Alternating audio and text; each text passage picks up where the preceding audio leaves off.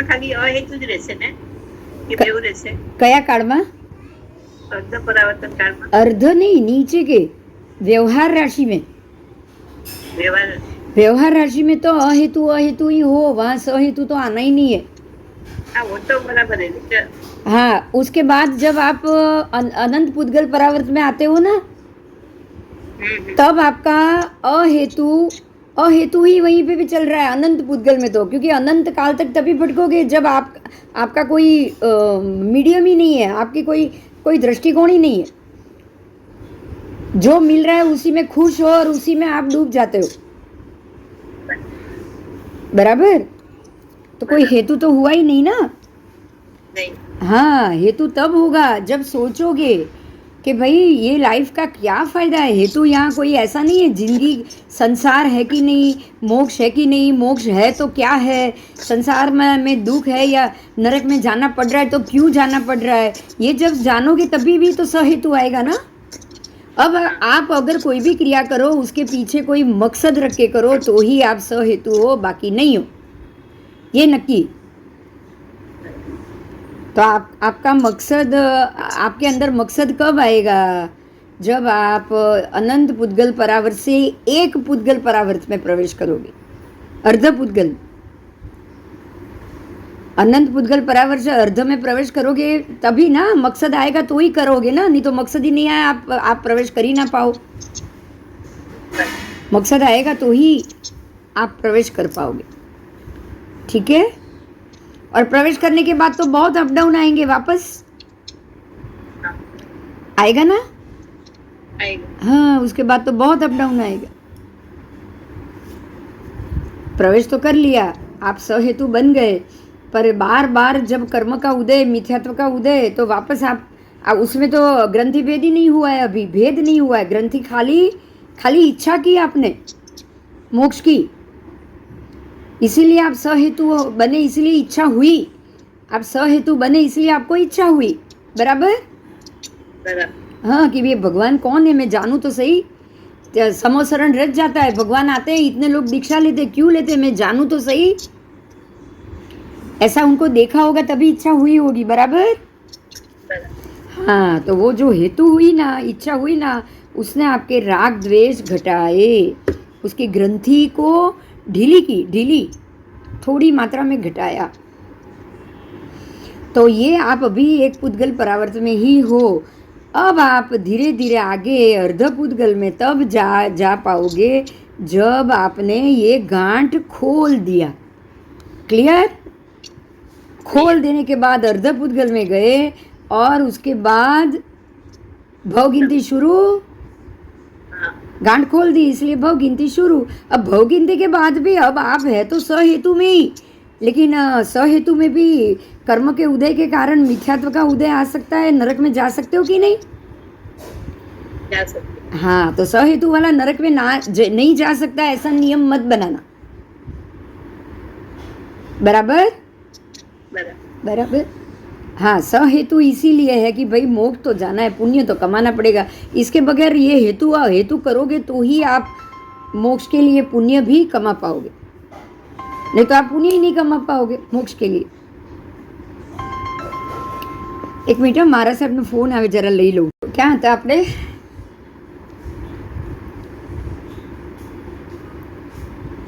સહેતુ, બરાબર?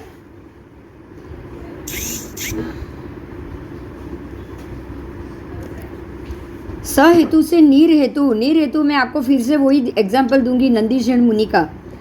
वो नीर हेतु में ही थे 10 साल, कोई अपनी मर्जी से नहीं गए हैं वो संसार में, वापस अपनी मर्जी से नहीं गए। वो कर्म का उदय आया, वेश्या ने कहा कि यहाँ अर्थ लाभ दो, और वो कर्म का उदय आया तो वो वहाँ चले गए। वो नीर हेतु में जा रहे हैं। किस में जा रहे हैं वो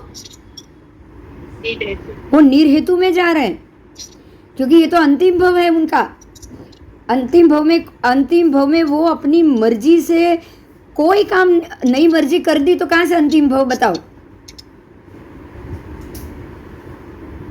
वितरागता है तभी अंतिम भव ना। हाँ हाँ, और अंतिम भाव में भी ऐसा कर्म का उदय आया इसीलिए किया। अब आपको है ना यहाँ पे आज ये बहुत ही इम्पोर्टेंट पॉइंट समझ में आएगा कि अगर अगर अंतिम भाव में इस प्रकार से कर्म का उदय आए और वो कर्म के उदय के कारण आप वो कर्म को भोग रहे हो तो उसको क्या कहा जाएगा पता है? आप कर्म शांति से चुपचाप भोग लो और आपके ऊपर उसका कोई नया कर्म चढ़े नहीं, भोग लेने के बावजूद भी आप उसको शांति से निर्जरा कर पाओ, तो ये हो गया निर्हेतुक। आप, फिर से कह रही हूँ, आपका ये इनका वो नंदीश्वर मुनि का वेश्या के साथ 10 साल तक संसार बांधना उनका कर्म निर्जरा का कारण था, कर्म नया कर्म बंध का नहीं। ये कर्म करते हुए उन्होंने सिर्फ निर्जरा की है, नया कोई कर्म नहीं बांधा। अब समझ में आ रहा है ये अहेतु निर्हेतु क्या है? ऐसे कर्म 10 साल दीक्षा छोड़ के कोई स्त्री के साथ रहने से कर्म की निर्जरा हो रही है। समझ में आ रहा है?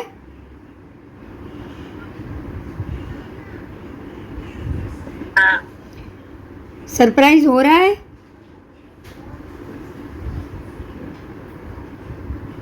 आश्चर्य हो रहा है? बहुत।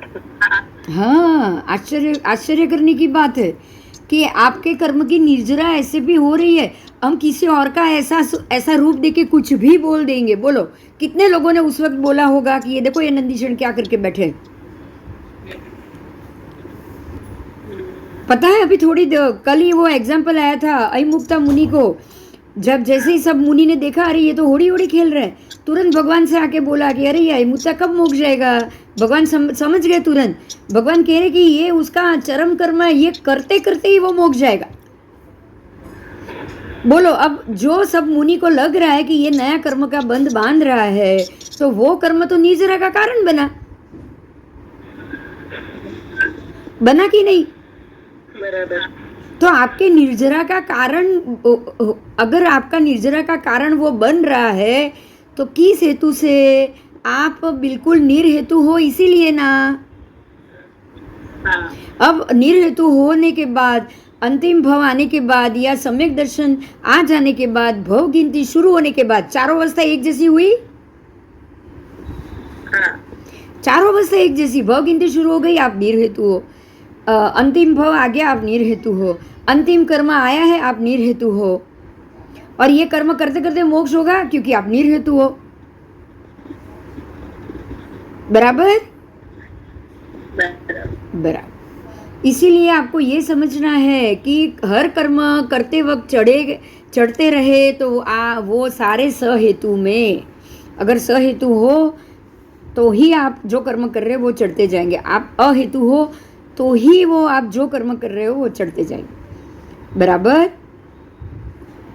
निर्हेतु में 25 भव, 27 भव, 12 भव, कितने भी भव निर्हेतु में आ जाए, मगर उसमें कोई कर्म नया नहीं चढ़ने वाला है। ठीक है? ठीक है। हाँ, इसीलिए ना प्रसन्न चंद्र राजर्षि को कोई कर्म चढ़ा, ना ही ये रावण को कोई कर्म चढ़ा। बोलो सीता को उठा के आया, कौन सा कर्म चढ़ा? कोई भी नहीं। कोई भी नहीं, कोई भी नहीं, कोई कर्म नहीं चढ़ा। बराबर? बराबर। हाँ, क्योंकि वो तो उनका कर्म का भोग था, निर्जरा का साधन था। प्रति वासुदेव का नियाणु बांधा था, वो निर्जरा का कारण था। वो ये कर्म है ही नहीं, ये कर्मबंध है ही नहीं। आप इसको कर्मबंध लोगे ही नहीं। तो कब कर्म बंद नहीं होते हैं? कर्म करते रहो लेकिन वो बंद नहीं होते, जब आप निर्हेतु बन जाओ। तो अब देखो, अब वही बात याद करो, रोज बोलते हैं, ये तो शब्द आया इसीलिए। दक्षा याद कर कि चुपचाप शांति से कर्म जो आए उसको भोगो और कुछ मत बोलो, कुछ नई इच्छा ना करो, तो आपके ऊपर से कर्म खर जाएंगे। हमने ऐसे पहले पढ़ा है कि नहीं पढ़ा है? पढ़ा है। हाँ, तो ये ऐसा कब हो सकता है? जब आप निर्हेतु के स्टेज में हो। बराबर। निर्हेतु का मतलब ही है कोई इच्छा नहीं करना, बस शांत हो जाना, बिल्कुल प्रशम रस। निर्हेतु, प्रशम रस, ये सब एक ही भाव है ना। हाँ। आओ आगे। अब यहाँ नारद पुत्र आए। अब नारद पुत्र की एक कहानी है। परमात्मा उसको कहा है निर्ग्रंथि पुत्र, नारद पुत्र पद। इसका नाम है निर्ग्रंथि पुत्र और नारद पुत्र पद। परमात्मा राजगुरु नगर में है, वहाँ संवत्सरण रचा हुआ है। और नारद पुत्र नाम के अणगार थे। यहाँ एक अणगार है, उनका नाम है नारद पुत्र, ठीक है। और वो प्रकृति से बिल्कुल भद्र है, उपशांत है। प्रकृति से भद्र हो जाओ तो आपके क्रोध मान माया लोग बिल्कुल पतले हो जाते हैं, बराबर, हल्के हो जाते, हल्के पड़ जाते हैं, मृदु हो जाते हैं, आप मार्दव संपन्न हो जाते हैं। देखिए जैसे ही क्रोध मान माया लोभ कम हो जाएंगे ना, आप बिल्कुल आर्दव मार्जव हो जाएंगे, मृदु हो जाएंगे। होंगे कि नहीं? होंगे ना? हाँ, शांत हो जाएंगे, आलीन, संयत इंद्रिय, आपकी इंद्रिय संयत हो जाएगी, संयमित हो जाएगी, विनीत हो जाओगे आप। ये बहुत जरूरी है। देखिए ये एक जादू है। जैसे ही क्रोध कम हो गया आप बिल्कुल सरल हो जाओगे, शांत हो जाओगे। अरे छोड़ो, मेरे को गुस्सा ही नहीं करना। आप जिस दिन ये सोचो कि अरे छोड़ो, मेरे को गुस्सा ही नहीं करना, आप कैसे हो जाओगे? अपने आप शांत होते जाओगे। ये दवाई है शांत होने की, भद्र होने की, उपशांत होने की, ये दवाई है, उसका इलाज है। मृदु मार्दव होने का ये इलाज है। 10-15 मिनट चांस, ठीक है। तो ये इलाज बहुत ज़रूरी है। ये जैसे जैसे इलाज करते जाओगे आप प्रकृति से भद्र होते जाओगे। तो ये निर्ग्रंथि पुत्र थे, अणगार बने हुए थे, उनका नाम था नारद पुत्र। वो वहाँ आए और आने के बाद उन्होंने ये प्रश्न किया, निर्ग्रंथि पुत्र अणगार, नारद, जहाँ पर नारद पुत्र अणगार थे वहाँ आए। देखिए यह दोनों अलग अलग व्यक्ति, निर्ग्रंथि पुत्र अलग है अणगार और नारद पुत्र अणगार अलग है, दोनों अलग है। तो निर्ग्रंथि पुत्र वहाँ आए हैं और उन्होंने नारद पुत्र से सवाल किए कि तुम्हारे मत में सब पुद्गल क्या स अर्ध, स मध्य, स प्रदेश है अथवा अनर्ध, अमध्य, अप्रदेश है। देखिए ये हम अभी पिछले ही क्लास में कर चुके हैं। तो अणगार निर्ग्रंथि पुत्र ने नारद पुत्र से ये जवाब दिया कि तुम्हारे मत में सारे पुद्गल स अर्ध, स मध्य और स प्रदेश है, अनर्ध, अमध्य और अप्रदेश नहीं है, ठीक है। शायद ये शब्द से आपको नहीं समझ में आएगा, लेकिन फिर भी मैं बोल रही हूँ। तो क्या द्रव्य की अपेक्षा से सारे पुद्गल स अर्ध, स मध्य, स प्रदेश है, अनर्ध, अमध्य, अप्रदेश नहीं है? बोलो, आप बताओ, आपने कुछ किया हुआ है, याद करो। द्रव्य की अपेक्षा पुद्गल द्रव्य, ठीक है, पुद्गल परमाणु स अर्ध है, स मध्य है, स प्रदेश है, अनर्ध, अमध्य, अप्रदेश नहीं है। क्या ऐसा है? आओ, जो हमने ये सब किया था उसी का यहाँ प्रश्न है। और निर्ग्रंथि पुत्र ने ये जवाब दिया है कि मेरे मत में द्रव्य की अपेक्षा सारे पुद्गल स अर्ध, स मध्य और स प्रदेश होते हैं, अनर्ध, अमध्य और अप्रदेश नहीं होते हैं। आओ, शायद ये शब्दों में हमको नहीं समझ में आएगा, राइट? बराबर, कुछ समझे या कंफ्यूजन हुआ? कंफ्यूजन। हाँ, इस प्रकार की चर्चा हो रही है कि पुद्गल कैसे होते हैं। देखिए हमने ये जाना है, पुद्गल परमाणु का कभी भी दो हिस्सा नहीं होता है, बराबर। उसको बीच में से दो टुकड़े किए जाते हैं क्या? नहीं। हाँ, तो समध्य तो हुए ही नहीं ना। नहीं। हाँ बराबर, समध्य तो हुए ही नहीं, तो अमध्य ही हुआ ना। वो हम अपनी जो हमने जो पढ़ा है उसकी बात हम उसको याद कर रहे। तो अब जैसे हम लोग ये चर्चा कर रहे हैं ना, इसी तरीके से ये दोनों भी इस प्रकार से चर्चा कर रहे हैं, नारद पुत्र भी और निर्ग्रंथि पुत्र भी। अब ये चर्चा करते करते क्या करना है क्या नहीं करना है, ऐसा करते करते ये अब भगवान के पास गए। कहाँ गए वो? भगवान के पास। ये दोनों भगवान के पास गए, भाई मेरा मत सही है या इनका मत सही। ठीक है, एक कह रहे हैं कि इसके दो भाग होते हैं, एक कह रहे हैं इसका दो भाग नहीं होते, मतलब समध्य स अप्रदेश अमध्य तीसरा था ना ये है, और पहला कह रहा है ये समध्य सप्रदेश और समध्य और सप्रदेश है, एक कह रहे हैं अमध्य और अप्रदेश। समझ में आया? तो दो में से कौन सच, दो में से एक तो गलत है कि नहीं? तो दोनों, अब वो दोनों भगवान के पास आए और कह रहे हैं कि हे आर्य परमात्मा, आप हमको मेरे मत में इस प्रकार से है, इनके मत में इस प्रकार से, तो अब इसका हमें जवाब चाहिए।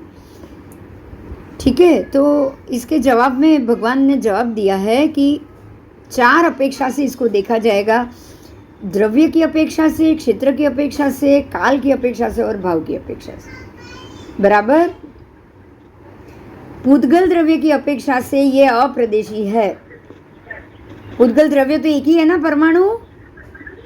हाँ। एक परमाणु के अन्य प्रदेश तो है नहीं, इसलिए ये अप्रदेश हो गए। अब क्षेत्र की अपेक्षा से ये नियमतः अप्रदेशी है, क्योंकि क्षेत्र भी तो एक परमाणु का ही रोकेगा वो। हाँ। एक परमाणु प्रदेश, परमाणु दिखाई नहीं दे रहा है तो कौन सा कितना प्रदेश रोका कैसे मालूम पड़ेगा? तो अप्रदेशी हो गया ना। हाँ, काल की अपेक्षा से ये पहले भी था, आज भी है, कल भी रहेगा। काल की अपेक्षा से ये अनंत काल तक रहने वाला है। हाँ। ये तो हमने कर लिया। ठीक है, और भाव की अपेक्षा से ये सप्रदेश है, अप्रदेश है, क्योंकि भाव की अपेक्षा से भी तो ये हमेशा रहने वाला है। भाव की अपेक्षा से तो उसको तो एक पुद्गल को दूसरे पुद्गल को दोनों को मिक्स करना है, वापस अलग होना है, वापस मिक्स होना है, वापस अलग होना है। भाव की अपेक्षा से उसमें भी कोई बदलाव आने वाला है, बदलने वाला है नहीं। तो वो सप्रदेश हुआ। देखिए, अगर वो मिक्स हो रहा है तो सप्रदेश होगा, अगर वो अलग हो गया तो अप्रदेश होगा। तो दोनों आएगा ना। हाँ, तो अब इसका जवाब क्या हुआ, शांति से फिर से सुनिए। क्षेत्र की दृष्टि से ये अप्रदेश हो गया, बराबर, क्योंकि क्षेत्र की दृष्टि से तो ये परमाणु अकेला ही है, इसलिए काल की दृष्टि से और भाव की दृष्टि से उससे भी यह अप्रदेश हो गया। काल से भी अप्रदेश, भाव से भी अप्रदेश। काल से क्यों अप्रदेश? क्योंकि ये हमेशा के लिए रहने वाला है। भाव से भी इसका कभी अंत नहीं होने वाला है। बराबर? तो पुद्गल, देखिए, द्रव्य, क्षेत्र, काल और भाव, तो पुद्गल द्रव्य की अपेक्षा से ये सप्रदेशी हुआ, क्योंकि एक परमाणु है, कल दूसरा परमाणु इकट्ठा होगा, दोनों हो जाएगा तो सप्रदेशी बनेगा ना। हाँ, तो द्रव्य की अपेक्षा से वो सप्रदेश है, क्षेत्र की अपेक्षा से भी वो सप्रदेश है, क्योंकि क्षेत्र में भी एक दो इकट्ठे होंगे तो क्षेत्र बढ़ेगा, 5 इकट्ठे हो गए तो और क्षेत्र बढ़ेगा, अनंत इकट्ठे हो गए तो अनंत क्षेत्र बढ़ेगा कि नहीं? बढ़ेगा। तो क्षेत्र की अपेक्षा से भी वो सप्रदेश है, परंतु काल और भाव की दृष्टि से ये सप्रदेश नहीं है, अप्रदेश है। बराबर? बराबर। तो ऐसा नहीं है एक ही, कभी भी एक ही जवाब मत मांगो, यस और नो कभी नहीं होता है। होता है क्या? नहीं, सब चीज दोनों में आ सकती है। आप बोले या इसका जवाब खाली हाँ हो या खाली ना हो, ये पॉसिबल नहीं है ना?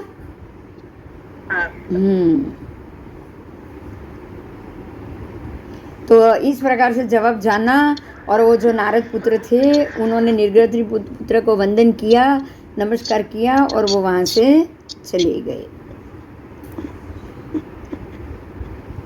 चलो, अब ये मुद्दा आया है कि भगवान गौतम स्वामी ने परमात्मा को प्रश्न किया कि जीव बढ़ते हैं कि घटते हैं? जीवों की हानि वृद्धि का प्रश्न है। कौन सा प्रश्न है? जीव की हानि। हाँ, क्या जीव बढ़ते हैं, क्या घटते हैं, क्या अवस्थित है? तो परमात्मा ने ये जवाब दिया कि जीव ना कभी बढ़ते हैं ना कभी घटते हैं। वो बढ़ते भी नहीं, वो घटते भी नहीं, वो सिर्फ अवस्थित है। मतलब कि ऐसा हम कहेंगे कि जीव बढ़ गए। इसमें आपको सब जान लेना है। देखो, सिद्ध में जीव बढ़ सकते हैं, पर कभी घटेंगे क्या? नहीं। नहीं। पर संसार में जीव बड़े हाँ, बढ़ेंगे भी घटेंगे भी, दोनों ना। दोनों। यहाँ से जो मोक्ष जाएंगे तो घटेंगे भी ना, हाँ, और निगोद से बाहर आएंगे तो संसारी बढ़ेंगे भी, बराबर। बराबर। हाँ, तो ये भगवान ने ये जवाब दिया है, उसको हम जानेंगे। नारकी के जीवों की, नारकी के जीव बढ़ते भी हैं, घटते भी हैं और अवस्थित भी है। तीनों हो गया। हाँ। जीव अवस्थित तो है ही, फिर भी नारकी में जीव बढ़ते भी है और घटते भी है, दोनों है ना। हाँ, अब सिद्धों की बात की है तो जीव, भगवान कह रहे जीव बढ़ते भी हैं पर घटते नहीं है और अवस्थित भी रहते हैं। हाँ। जब तक बढ़े नहीं तब तक अवस्थित, और बढ़ेंगे तो बढ़ेंगे, पर घटने की बात नहीं है, बराबर। बराबर। हाँ, ठीक है। तो नारकी में बढ़ते भी है घटते भी है दोनों, और अवस्थित भी रहते हैं। ठीक है, तो भगवान इस प्रकार से सभी जीवों को बताएंगे, क्योंकि सबकी गिनती अलग अलग आएगी। सर्वकाल में जीव अवस्थित रहते हैं, सर्वकाल में।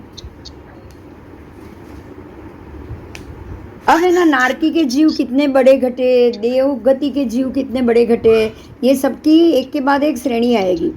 पर परमात्मा जवाब देते वो मैं आपको बता रही हूँ कि नारकी के जीव जगन्य से एक समय तक बढ़ेंगे और उत्कृष्ट से आवलिका के असंख्यातवे भाग तक ही बढ़ेंगे। तब वहाँ जन्म होता है।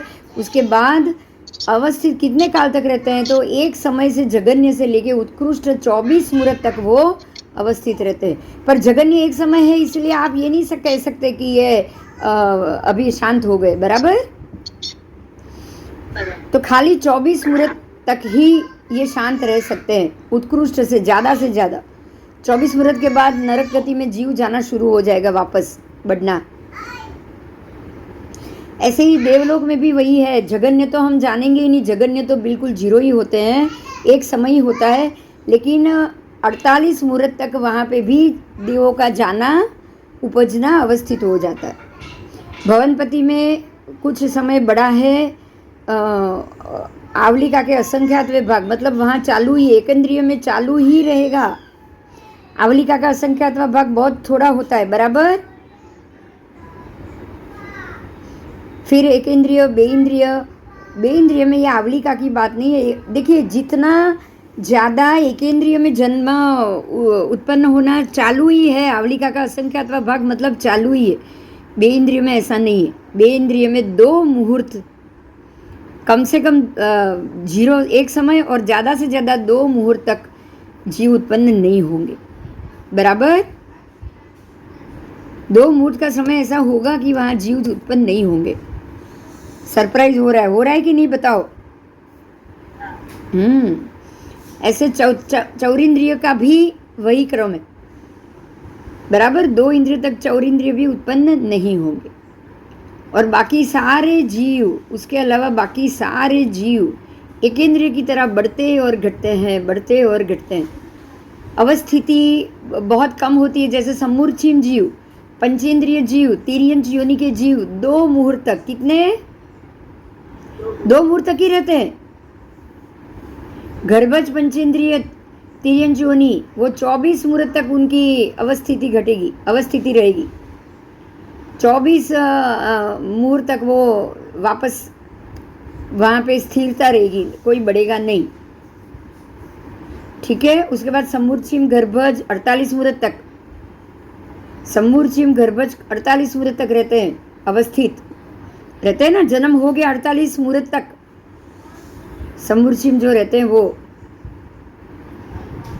गर्भज मनुष्य 24 मुहूर्त तक, वाण, व्यंतर, ज्योति, सौधर्म, ईशान 48 मुहूर्त तक वहाँ पे स्थिरता रहती है, ठीक है। सनत कुमार देवलोक ऊपर में 18 दिन रात्रि तक स्थिरता। महेंद्र देवलोक में 24 दिन रात्रि तक, और ब्रह्म देवलोक में 45 दिन रात्रि, लांतक में 90 दिन रात, उसके बाद ऊपर महाशुक्र देवलोक में 160 दिन रात तक, सहस्रार में 200 दिन रात तक, आनंद प्राणद देवलोकों में असंख्य मास तक अवस्थितता है, नए नए उत्पन्न नहीं होते हैं। आरण और अच्युत देवलोकों में असंख्य वर्ष तक। क्यों पता है? क्योंकि यहाँ इतने बहुत कम जीव जाते हैं, बराबर? तो यहाँ इतने जल्दी दूसरे जीव उपस्थित नहीं होंगे, बराबर? नव ग्रेवेयक और ऊपर के देवलोक विजय, वैजयंत, जयंत, अपराजित, इन देवलोकों में तो असंख्यात 1000 वर्ष और सर्वार्थ सिद्ध में पल्योपम के असंख्यात भाग वर्ष तक अवस्थित काल है। अवस्थित, यहाँ दूसरे जीव उत्पन्न ना हो और जो गए वो वहीं पे रहे। ठीक है, तो ये जीवों की वृद्धि और जीवों की हानि का ये पाठ है। एक समय में आवलिका के असंख्यातवें भाग तक उनकी वृद्धि अटक जाती है। अब सिद्ध भगवान बाकी रहे इसमें। हाँ, तो सिद्धों की उत्पत्ति बताई है यहाँ।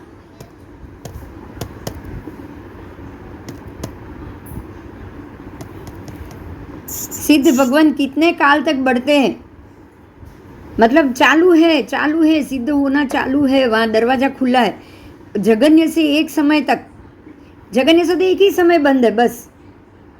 हर एक समय में बढ़ते हैं सिद्ध, एक समय में एक सिद्ध, बराबर? और उत्कृष्ट से 8 समय तक ही वहाँ पे बंद रहेगा। 8 समय के बाद वापस सिद्ध होना शुरू हो जाएगा। मतलब 8 समय, ज़्यादा से ज़्यादा 8 समय के बाद कोई ना कोई तो सिद्ध होगा ही होगा। क्लियर हुआ? हाँ। तो इजी है ना सिद्ध होना? अब सोचो, प्रत्येक 8 मिनट में ये 2.5 लाख के मनुष्य, ये जो है हमारा अड़ीद्वीप, उसमें से कोई ना कोई 8 मिनट में एक सिद्ध होता ही है। तो मुश्किल थोड़ा है। बोलो।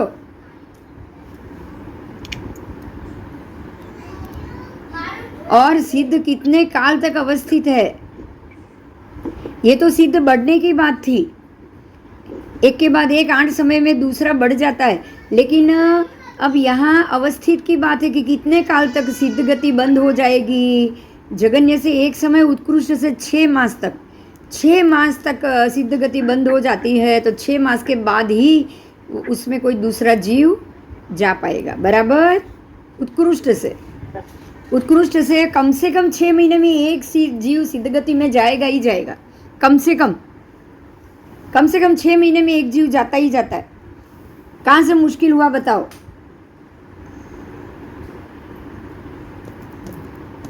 बराबर?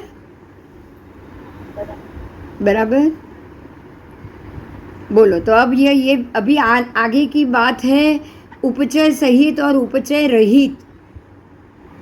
वो भी इसी पाठ से संलग्न है, उसको भी मैं बता देती हूँ।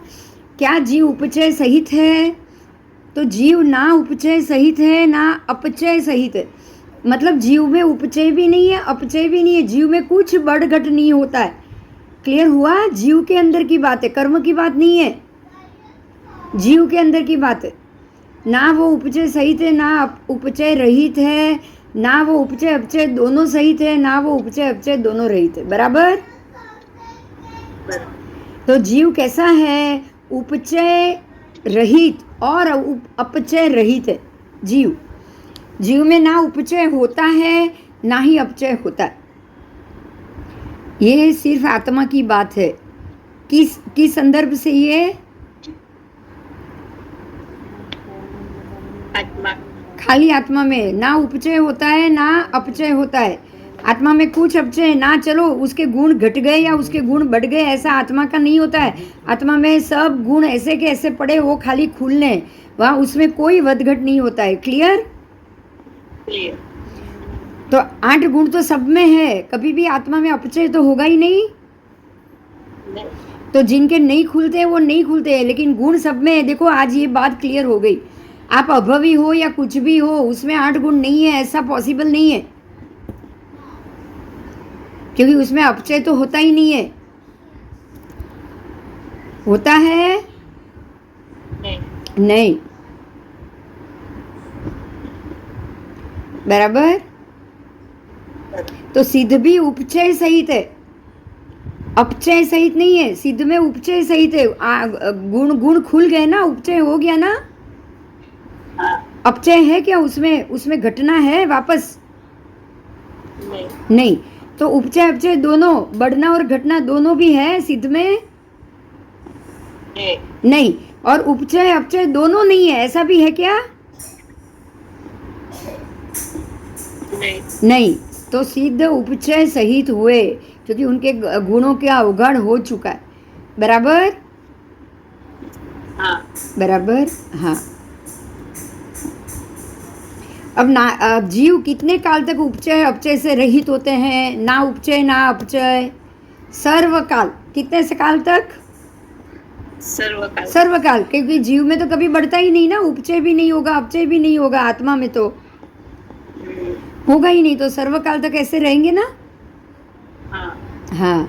पर नारकी के जीव में कितने काल तक उपचय सहित होगा? नारकी के जीव में बहुत ही थोड़ा काल। क्यों? आवलिका का असंख्यत्वा भाग, क्योंकि उसके बाद कोई ना कोई तो कर्म चढ़ेगा ही ना। किसी भी जीव में आवलिका के असंख्यत्व भाग के अंदर ही दूसरा कर्म चढ़ेगा ही चढ़ेगा। क्लियर? क्लियर? हाँ। और सब, अब ये नारकी के जीव की बात, पर सभी एक इंद्रिय जीव सर्व काल में उपचय और अपचय सहित होते हैं। और सभी एक इंद्रिय जीव को उपचय भी होता है, अपचय भी होता है। बराबर? हाँ। एक इंद्रिय जीव में सर्व काल में उपचय और अपचय दोनों होता है। उपचय भी होता है, अपचय भी होता है, उपचय भी होता है, अपचय भी होता है। बराबर?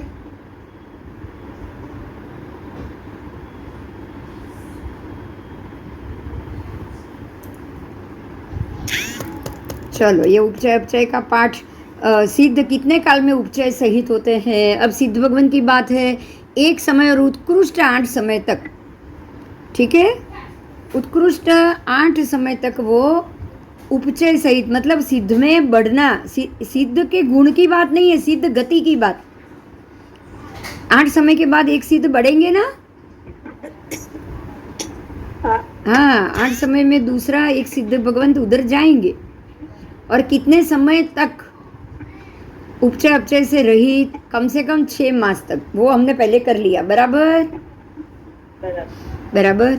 ये उपचय अपचय का अर्थ ही वही है कि उसमें बढ़ना। कितने जीव बढ़े, कितने जीव आना चालू है। हम बोलते हैं ना, ये मेरा घर पार्टी है, एक के बाद एक आ रहा है, तो उसको आप उपचय बोलोगे। क्या बोलोगे? उपचय। उपचय, कि भाई एक के बाद एक मेंबर बढ़ रहे हैं। और जैसे ही पार्टी खत्म हुई, सब लोग अपने घर चले गए, घर खाली हो रहा है, तो उसको अपचय बोलोगे। क्या बोलोगे? अपचय। अपचय। यही है, और कुछ नहीं है ये। बराबर? तो नरक में जीव आए गए, सिद्ध गति में जीव आए गए, तो ये सब पाठ बताया कि ये उत्कृष्ट से सिद्ध गति में 6 महीने तक कोई भी जीव नहीं आता। ओके? ओके, चलो। अभी 5:30 हो गए। अभी मैं बंद कर रही हूँ। अभी मैं कब लूँगी नहीं पता है, खाली मैसेज देख लेना। दिल्ली से जैसे क्लास लेना होगा मैं लूँगी। बराबर? हाँ, 1 हफ्ता है, इसलिए ऐसा तो मैं नहीं कहूँगी कि लूँगी नहीं। फ्री होऊंगी तो मैं ज़रूर ले लूँगी, ठीक है ना। अगर बारिश हुआ, कहीं बाहर नहीं निकली, तो मैं ज़रूर ले लूँगी, है ना। हाँ, क्योंकि हमारी लिंक भी टूटनी नहीं चाहिए। तो आप 2 बजे 2:30 बजे लेट से लेट देख लेना कि क्या हुआ है। अपना क्लास का टाइम अगर कुछ चेंज होगा तो भी मैं उसमें लिख दूँगी। हाँ हाँ, चल। जय जिनेंद्र। जय जी।